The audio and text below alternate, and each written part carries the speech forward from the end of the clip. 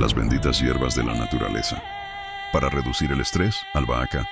Para mejorar la memoria, romero. Para aliviar la hinchazón, menta. Para encontrar relajación, lavanda. Para cuidar la salud renal, perejil. Para fortalecer el sistema inmunológico, orégano. Para desintoxicar el cuerpo, cilantro.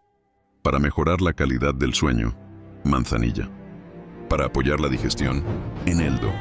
Para el control del azúcar en la sangre, fenogreco.